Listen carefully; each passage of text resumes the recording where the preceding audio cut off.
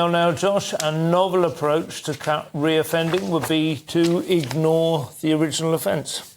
Sure is, yeah. Burglars and drug dealers to get given a clean record and will not have to inform employers about their past crimes under plans to cut reoffending. So the way it is now is if you get sentenced to custody for like 6 months, then for a couple of years afterwards, you basically have to, if you go seek employment, you have to tell them, I was in jail. And that goes up, I think if it's up to over 4 years, you have to tell them forever. Yeah. Now what they're going to do is actually cut that down, and for people up to 4 years and above, it's for 7 years after. So basically, as long as you don't commit a crime, then you basically, it's like your record gets wiped in a way. Yeah.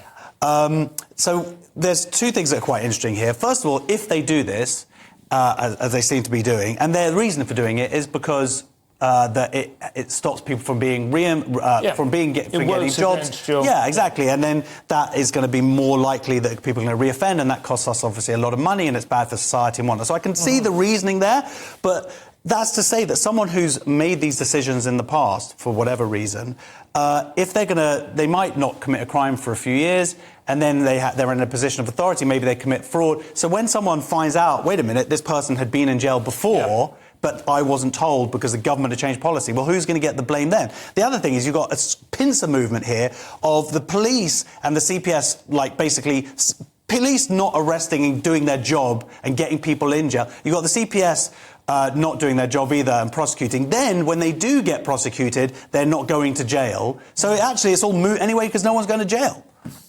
Lewis? I don't want to say it, but I agree with you. I agree with you. Eventually... You've got a hair on, let me just get that. Oh, thank you very much, personal grooming.